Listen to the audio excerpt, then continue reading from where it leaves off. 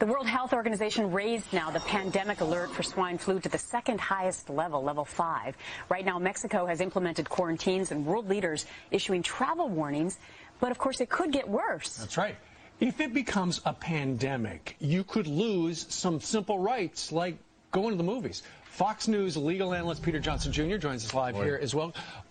Peter, last night when the President of the United States was talking, it sounded like in his remarks, he was talking about the possibility that parents should get ready to come up with a contingency plan in case your child's school closes. You're exactly right. And that's really been the first national mention of that issue. And I think it's important that we don't scare people. And I think an effort's been made here not to scare anyone.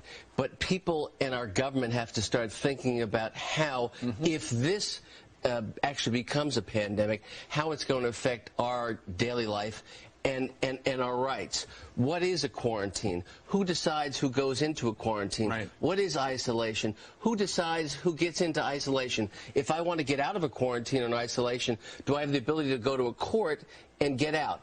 Will the government say to me, you must get a vaccination if one is developed? Right. If I don't get a vaccination, will I be quarantined? If I'm a healthcare provider, if I don't show up for work at a hospital, will I be jailed? Will I lose my license? We thought it was simple. Either you were going to get sick or you weren't going to get sick. It's not simple. And we as a society, the freest society in the world, have to think about the balancing between saving our lives if this pandemic comes true and the loss of liberty and the loss of rights as Americans. I think as Americans, in order to stay alive, in order to preserve our way of life, people are willing to give up and to make sacrifices. Sure.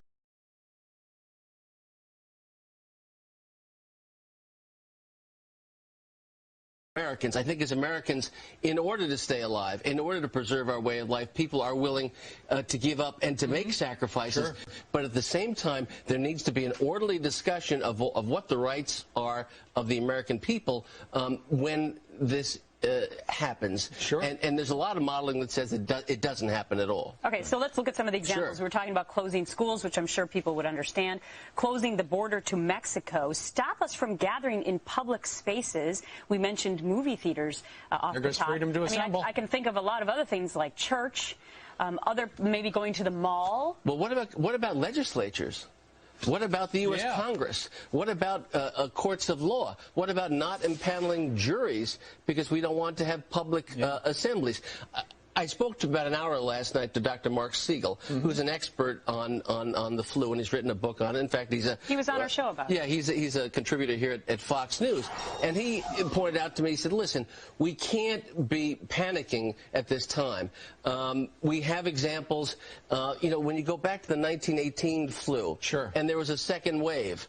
Well, the problem about the 1918 flu was that doctors thought it was a bacteria. Right. We didn't know it was a virus. Sure. We have the capacity now to create potentially a vaccine for the fall that contains this strain of virus. That's exactly. And so that's a big, big difference. But at the same time, we need to be thinking about how the legal landscape is going to be changing.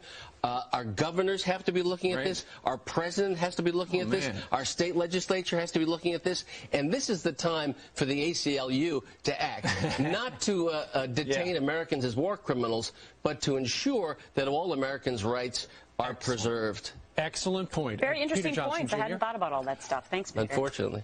Plus a possibility of martial law, but that's a whole nother conversation. Down the road, not going there. Swine 09 began March-April 2009 and ran strong for a good 8 months. Appeared out of nowhere. High drama all the way with endless plot twists. Quarantines, military rule in some countries, mandatory vaccinations, new laws written globally, national agencies of the different countries brought under the control of global government entities. Then, sometime early 2010, it just faded away, as quick as it appeared. Was it real? Not a chance. Nothing more than a grand illusion. A massive exercise, the purpose, establishing global control mechanisms. Coronavirus 2020 any different? Not a chance. Take this video, put coronavirus for swine flu, never know the difference. Corona is a rerun. Where they go with it, wherever the script calls for it to go. Be not illusioned.